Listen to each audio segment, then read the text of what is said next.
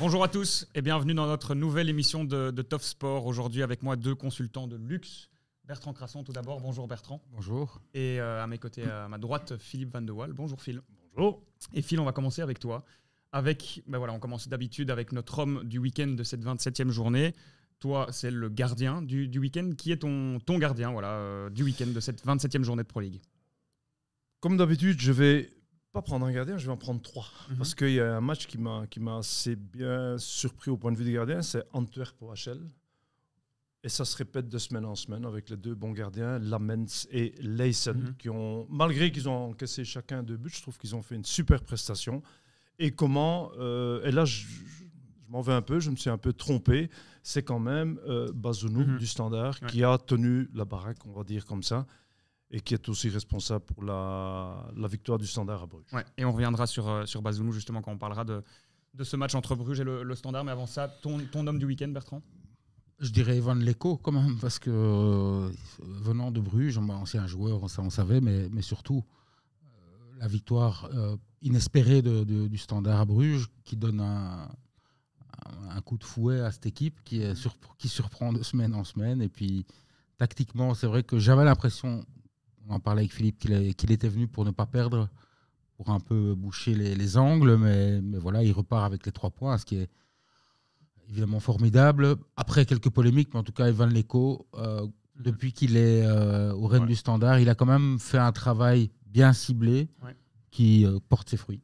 Et on va commencer tout de suite avec notre tour de Pro League qui commence avec le Standard et cet exploit du Standard qui a battu le club de Bruges. Après le match, Van Lecco parlait d'un miracle. Est-ce que, Phil, d'après toi, cette victoire du Standard contre Bruges, c'est aussi un miracle?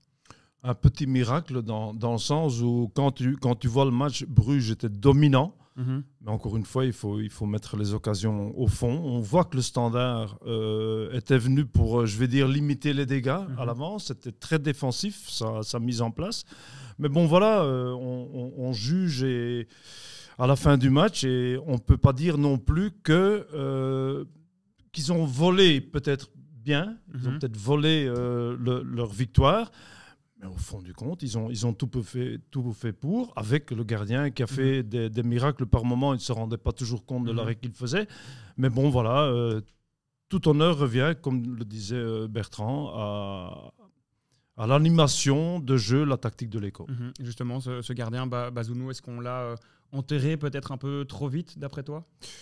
Écoute, j'en suis un peu responsable aussi, parce que je ne voyais déjà pas pourquoi on avait été chercher, surtout que tu as encore un épaulo qui est sur le banc, je vois, et puis tu as 2 jeunes talents derrière, Poitou et Godefroy. Donc je ne voyais pas très bien la nécessité d'aller chercher ce gardien. Les 2 premiers matchs étaient plus qu'hésitants, je trouve. Il ne me donnait pas bonne impression. Mais aujourd'hui, il y a aussi une règle dans le football qui dit que en tant que gardien, quand tu as beaucoup de travail, c'est plus facile de te mettre en évidence. Et c'est ce qu'il a fait maintenant à Bruges. Est-ce que si tu étais dans la direction du Standard, tu serais aussi allé acheter, ou en tout cas faire venir un autre gardien et ne pas faire confiance à un jeune du cru? Probablement, quand il y a un objectif précis et que tu sens que le gardien n'est peut-être pas tout à fait un rempart sûr. Regardez ce qui s'est passé à Charleroi aussi. Rick Demille, il a mis Koné sur le banc, il n'a pas hésité. Donc voilà, quand il faut prendre des décisions, ils les prennent, ils l'ont prise. Et là, je dois dire que les 3 points pris à Bruges, ils les doivent aux gardiens. Bazounou qui a fait un match incroyable. Ça fait partie de ces matchs qui, dans une saison, pour Bruges, je parle pour le Standard, fait partie de ces matchs qui arrivent de temps en temps. Il faut y croire, c'est un petit miracle. Mais bon, ils en sont les acteurs aussi. Ils y ont cru jusqu'au bout et bravo. Mais d'un autre côté, pour Bruges, c'est un petit accident de parcours parce que cette carte rouge... ces nombreuses occasions, d'habitude, la messe est dite. Mais bon, le scénario du match est improbable, mais ça n'enlève rien au mérite du Standard. Et ils ont montré, Bertrand, qu'impossible n'est pas Standard. Est-ce que, d'après toi, ils peuvent se qualifier dans cette Champions Playoff? Oui, l'écart est finalement minime avec Gand. Et il y a encore moyen, évidemment. Maintenant, Gand, c'est vrai que c'est un bon petit résultat contre Genk. Est-ce qu'ils ont Est-ce qu'ils se sont mis d'accord? Ça, je ne sais pas. Mais donc, je plaisante.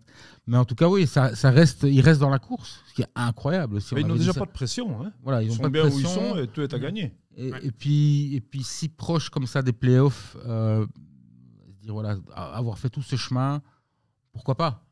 Il y a en tout cas l'état d'esprit maintenant, le positivisme qui va avec cette victoire, ce qui est incroyable. Alors qu'on parlait il y a 3 jours d'un Bruges stratosphérique pratiquement, qui était imbattable, qui traversait le championnat comme une locomotive, qui allait écraser tout sur son passage, et boum, le dimanche, ils se font battre à domicile contre le Standard. Donc oui, tout est possible, mais en tout cas, je dis bravo à ce noyau, au staff du Standard, et l'écho, etc., pour en être arrivé à cet état d'esprit d'aller gagner à Bruges. C'est incroyable quand même. Donc, et même si ce n'est pas mérité, ils l'ont fait. Et justement, on parlait, Phil, de miracle, d'exploit dans le camp du Standard. Est-ce que, d'après toi, ce que Bruges a réalisé quelques jours avant à Bergame, c'est aussi un miracle, c'est aussi un exploit et peut-être un des plus beaux exploits de ces dernières années d'un club belge? Je pense sincèrement, parce que qui aurait parié une pièce sur une victoire de Bruges à l'Atalanta? On en a discuté longuement, nous, la semaine passée. On avait prévu que ça va être difficile, etc. Mais j'ai vu le match, j'étais très nerveux parce que je me suis dit, qu'est-ce qu'ils font, Bruges, quoi, quand tu vois la façon dont ils ont maîtrisé aussi mentalement ce match, comment ils ont commencé avec la pression, ils ont joué leur jeu, ils ont géré, ils ont marqué les occasions qu'ils ont reçues. Et ça veut dire maintenant que les supporters, à juste titre, comparent ça par période qu'ils ont eu dans leur carrière. Dans le livre d'histoire de Bruges, tu as la période Ernst Happel dans les années 70, fin des années 70, 78, quand ils ont joué à l'époque la finale de la Champions League contre Liverpool. Ça a été une grosse période. Puis tu as eu la période, disons pendant 5 ans, on appelle ça la période Howard, dont j'ai eu le bonheur et l'honneur d'en faire partie. Là, c'était pendant 5 ans, on a quand même fait demi-finale de Coupe d'Europe, champion, la Coupe, tout. Mais on ne peut plus comparer avec cette époque de Nicky Hayen, on va dire, où tout, on ne peut plus comparer le foot en lui-même et certainement l'approche. Nous, on était très bons sur le terrain et crois-moi qu'on était bons en troisième mi-temps parce qu'on était avec les supporters, on buvait des pintes, on faisait la fête, etc. Et ça a continué à marcher pendant 5 ans. Tout ça pour te dire que, à mon avis, la période où Bruges est pour le moment, je parle certainement en Champions League, c'est dans le livre d'histoire. Oui, c'est dans. Mais moi, je veux quand même revenir sur le match à l'Atalanta. Bon, la première mi-temps de Bruges est chirurgicale parce qu'il marque 3 buts, 0-3. Je dois quand même avouer que j'ai jamais vu une équipe italienne qui défendait aussi mal.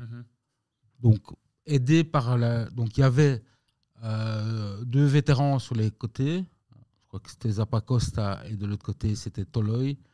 Et au milieu, il y avait, je crois, Kolasinac, qui n'est pas du tout un défenseur central, qui avance pas. Donc, chaque fois qu'il y avait un ballon en profondeur, Jutgla ou Tsolis ou Talbi qui se sont amusés, pouvaient prendre le ballon, se retourner, faire une action. Ce qui est impensable avec la philosophie défensive italienne. Donc, où cette défense, elle était bricolée, je ne sais pas comment, j'ai trouvé... Je veux dire, l'Inter ou même la Juve que j'ai vu mercredi à Eindhoven, ça ne défend pas comme ça, aussi mal. Donc, ils ont été aidés par une défense catastrophique de l'Atalanta en première mi-temps, je parle. D'ailleurs, il remonte sur le terrain, Lookman marque tout de suite, il rate son penalty. Qu'est-ce qui se serait passé s'il a marqué son penalty? Donc, voilà, on relativise. Ça n'enlève rien au mérite de Bruges qui a été phénoménal, je veux dire. Mais ils ont été aidés et j'étais vraiment abasourdi de voir une défense italienne défendre aussi mal. De cette manière. Je trouve ça choquant.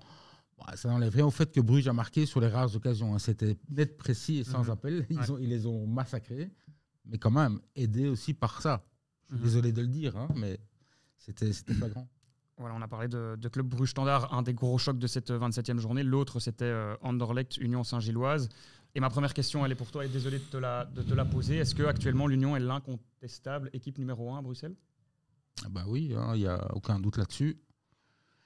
Je crois que c'était quoi, la 13e confrontation ou 12e confrontation. Je crois qu'Anderlecht a gagné une fois, en 12 fois ou dans 12-13 matchs. Donc, déjà dans les chiffres, pour les fans des data qui doivent être là, voilà, qui sont aujourd'hui les détenteurs de la vérité dans le football, hein, Anderlecht, etc. Voilà, pour les data, 1 sur 12, ça veut dire que oui, bah, t'es largué, quoi.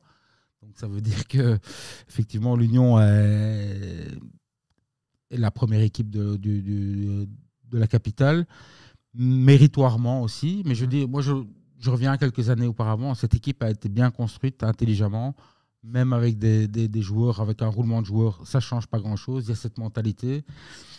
Rien à faire. Hier, on a eu une démonstration d'une équipe vraiment séduisante, je trouve, l'Union. Bravo. Et un Anderlecht en perdition.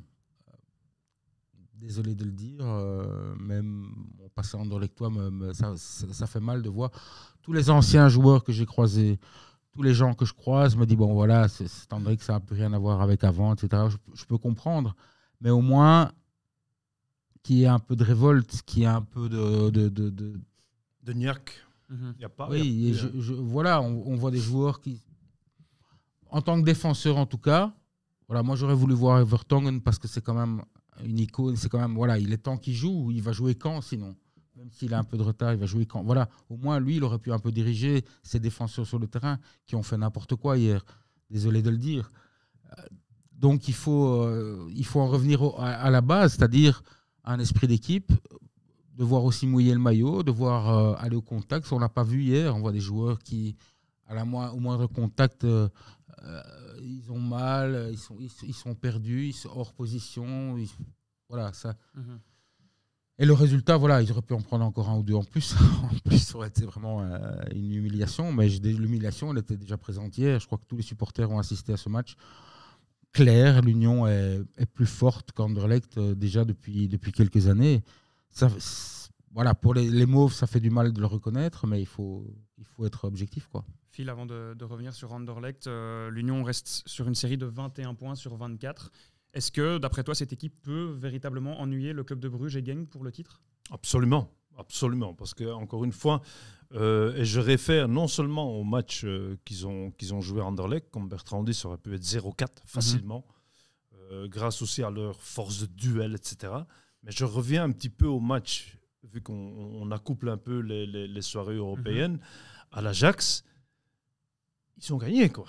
Ils ont gagné, et excuse-moi du peu, mais si l'arbitre ou le VAR, enfin on va les nommer comme ça, les deux, l'arbitre et le VAR, il y a penalty. Ah oui, penalty. À la toute dernière seconde, et là tu vas aux séries de penalty, et c'est kiff-kiff à ce moment-là. Tu peux te qualifier. Donc là, pour moi, clairement, l'Union a été volée d'un éventuel prochain tour. Donc ils sont en train de surfer sur cette vague positive, l'Union. Et le résultat Anderlecht, je le trouve tout à fait normal par rapport à cet Anderlecht malade. Le match que l'Union a fait à l'Ajax, Anderlecht aurait été incapable de le faire. Je ne pense pas non plus. Voilà. Et justement, la prestation d'Anderlecht contre le Fener, qu'est-ce que ça t'inspire? Est-ce que ça t'a... Moi, j'ai trouvé le résultat, c'est vrai qu'il est... il est ce qu'il est. Ils ont mis 2 buts, ils en ont pris 6, je crois, sur les 2 matchs, hein, c'est ça. Ils auraient pu 5 sur les 2 matchs. Voilà, il n'y a pas photo, mais j'ai surtout vu une équipe physiquement, ça, le Fener, qui était mature et beaucoup plus puissante et beaucoup plus grand en taille aussi et en maîtrise sur le terrain. Anderlecht, c'est souvent des petits formats. Et voilà, je trouve qu'au niveau de l'impact physique, il n'y avait pas photo. Je trouve que c'est un peu le problème des 2 matchs, aussi bien contre le Fener que maintenant contre l'Union. Quand tu vois l'Union, les duels, la force dans les duels, l'Union était au-dessus. Et c'est ça aussi qui... Oui, mais ça, tu vois, j'avais fait une petite anecdote un peu humoristique avant, parce que, je veux dire, aujourd'hui, on a privilégié souvent les datas, etc. Il faut absolument maintenant formater les joueurs avec des vidéos et leur montrer. Donc, ça veut dire qu'aujourd'hui, à Anderlecht, par exemple, les défenseurs ne savent plus comment défendre. Ça se voit. Ils ne savent plus comment il faut tacler, ils ne savent pas comment il faut se mettre la position du corps sur les centres. Ça se voit, c'est clair.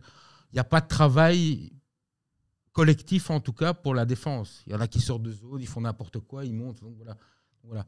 Ça, ce n'est pas dans les logiciels, ça. Ça, on ne l'apprend pas dans les logiciels. Donc, et tu vois qu'il y a de graves lacunes défensives individuelles chez certains joueurs qui ne savent plus vraiment comment vraiment faire le geste défensif dans certaines situations. Ou alors, oui, bon, ils arrivent comme un cheveu dans la soupe et c'est une carte ou rouge. Mais défensivement, il y a un gros travail, je trouve, qui manque et qui est effectivement occulté par tout ce travail logistique, etc. Il faut l'avoir, mais ça, on ne t'apprend pas. Il n'y a pas de logiciel qui t'apprend à quel moment tu dois jouer à l'instinct contre un attaquant. Il n'y a personne qui t'apprend ça. Tu dois savoir l'expérience, etc. Et ça, c'est un peu, je trouve, le problème qu'on voit dans certaines équipes aujourd'hui. Au niveau européen, en tout cas, le fossé est tellement visible que ça en devient préoccupant. Même si tu n'es pas un grand fan des datas et des chiffres, j'ai une statistique. Non, je suis fan de ça. Parce que c'est un complément. Ouais, c'est ça. C'est un complément qui te permet de t'améliorer aussi, mais ce n'est pas effectivement la religion et ce n'est pas la base de tout. Il y a plein d'autres paramètres qui entrent en compte et on le voit d'ailleurs dans les jeux de position, dans les décisions qui sont prises instantanées. C'est-à-dire que la décision instinctive, le coaching verbal et gestuel. C'est super important. C'est ce que je disais par rapport à Vertonghen, par exemple. Enfin... Vertonghen, il lui reste 2 mois dans sa carrière, probablement. Il va arrêter sa carrière, je crois, dans 2 mois ou 3 mois. Enfin, c'est fini, Vertonghen, après cette saison-ci. Comme joueur, je parle. A priori, oui. Voilà. Ouais, il ne faut pas, normalement. Voilà. Donc, qu'on le mette sur le terrain, qui serve justement à coacher les gamins qui sont autour de lui. Parce qu'ils font n'importe quoi. Ils ont certainement une bonne volonté, ils sont de bonnes dispositions pour écouter, pour faire quelque chose. Mais eux-mêmes, tu sens que parce qu'ils ont été formatés tout le temps dans cette espèce de data, de logiciel, quand il y a des problèmes, ils n'arrivent plus à prendre une décision qui est la bonne décision, en fait. C'est la décision instinctive d'un joueur. Vertonghen, il a ça en lui et il peut aider, même s'il est à 60% ou 50%. Voilà, il va pouvoir bonifier un joueur rien qu'avec des mots, rien qu'avec des gestes, rien qu'avec des paroles. Et ça, c'est important aussi dans une équipe qui est en perdition. Pour moi, Vertonghen, même si voilà, il va peut-être souffrir, il n'est peut-être pas tout à fait fit, mais en tout cas, il serait drôlement plus utile sur le terrain que sur le banc, en ce moment en tout cas. Et je reviens avec ma statistique. Anderlecht contre l'actuel top 3 a pris 1 point sur 18. Qu'est-ce que ça t'inspire et qu'est-ce que peut réellement espérer cette équipe en Champions Playoff finalement? Il faut en tout cas, rien n'est fait tant que la fin n'est pas sifflée, la fin du match n'est pas sifflée. Il faut continuer à y croire, il faut rester positif et il faut y aller vraiment avec un esprit de compétition. Donc ça ne sert à rien d'écouter des critiques comme les miennes peut-être ou quoi. Nous on est peut-être légitime parce qu'on a connu ça, mais je veux dire, il faut continuer à travailler dur. Il ne reste pas beaucoup de temps. Même les playoffs, ils ont une chance de faire bonne figure, en tout cas. Ils doivent la saisir. Et c'est surtout pourquoi? C'est surtout pour l'année prochaine, pour la saison prochaine, parce qu'on sait qu'il y a un nouveau directeur sportif. Il y a des joueurs prêtés aussi. Donc, il faut effectivement vous montrer ce dont on est capable. Il y a des joueurs en fin de contrat. Je pense à Léonie aussi, ou je peux me tromper, mais il y a leur avenir qui est en jeu. Donc, qu'est-ce qu'on fait maintenant, on a vu Hubert aussi qui lance des gamins de 16 ans la semaine passée et dimanche aussi. Donc, est-ce qu'on prend l'option des jeunes? Donc, c'est un moment important quand même pour ce club.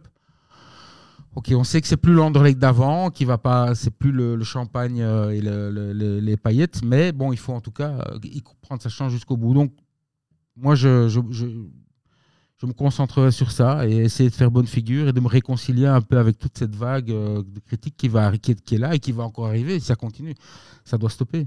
Phil, vu de cette statistique d'1 point sur 18 contre le top 3, est-ce qu'on pourrait dire finalement que si Anderlecht finit à la 4e place, ce serait une saison réussie? Dans l'état des choses actuelles, je pense que oui, parce que pour la simple raison que Bruges, Genk et l'Union sont à l'heure actuelle plus forts qu'eux. C'est clair, il n'y a pas d'autre solution. Maintenant, comme tu dis, les cartes sont plus ou moins redistribuées au moment des playoffs pour la raison que les points sont divisés par 2. Encore une fois, on a eu l'exemple avec Bruges qui donnait un sou pour Bruges soit champion. Personne disait non. Donc ici, tout le monde est un peu confronté au même problème ou au même avantage, je vais dire. Certainement l'Union, par exemple, qui est sur cette vague positive que je disais, tu divises les points. pourrait faire le saut. Bruges, qui a l'habitude de jouer 2 fois par semaine à un très haut niveau en Champions League. Genk, non. Ils n'ont que... Est-ce qu'ils vont avoir ce rythme de 2 fois par semaine dans les playoffs? On ne sait pas. Donc, les cartes sont redistribuées. Ça pourrait être un petit avantage pour Anderlecht si ils remettent le compteur à 0. Oui. Et bon, moi, je répète, la mentalité est primordiale aussi dans une équipe comme Anderlecht, c'est revenir à la base. Mais il y a dans cette équipe, je ne vois pas sur le terrain de signaux qui sont, en tout cas, voilà, qui pourraient présager d'une réaction. En tout cas, les joueurs, les jeunes, en tout cas, sont des agneaux. Les anciens, ils ne sont pas là, à part Hazard qui revient de loin. Vertonghen, il n'est pas là. Donc, il n'y a personne dans cette équipe qui donne donc une fois derrière, une fois au milieu, une fois derrière, une fois au milieu. Donc, il faut aller chercher un peu aussi son... Et puis, bon, il est prêté aussi. Est-ce qu'il est vraiment concerné?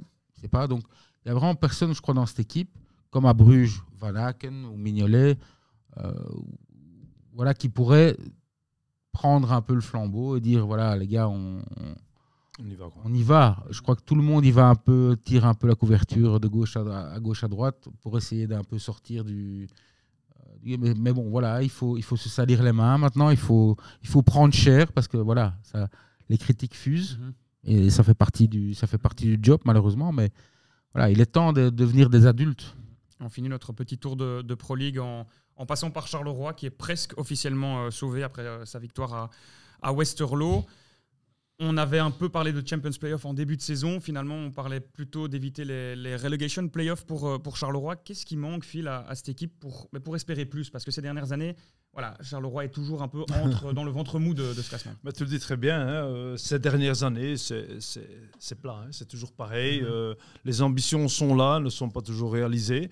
D'un autre côté, je trouve que ça joue bien. Je trouve que Rick Demille a quand même apporté quelque chose.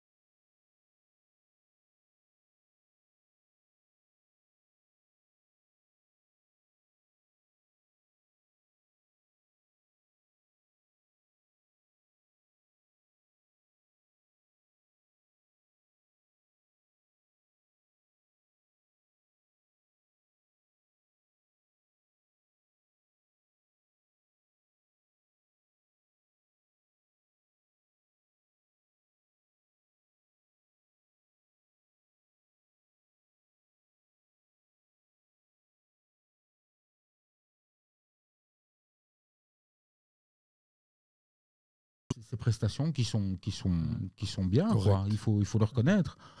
Et la victoire, là, elle était à Westerlo, elle fait du bien parce qu'elle voilà, elle rassure. Elle donne surtout une grosse bouffée d'oxygène à tout le monde. Et pour la suite, on verra bien. Mais c'était nécessaire. Je crois qu'ils le méritent tous. Voilà, et les supporters, on sait qu'ils voudraient plus, mais c'est pas toujours faisable ni possible. Mais en tout cas, voilà, je crois qu'il y a effectivement un climat d'apaisement. Voilà, on veut pas plus, on veut pas moins, on est là et on continue. Mais surtout financièrement, je trouve que ce club continue d'être bien géré. Il faut le reconnaître. Merci Bertrand, merci Phil, et on se retrouve la semaine prochaine pour une nouvelle émission de Top Sport avec un gros match à décrypter, le Classico entre le Standard et Anderlecht. Merci de nous avoir suivis.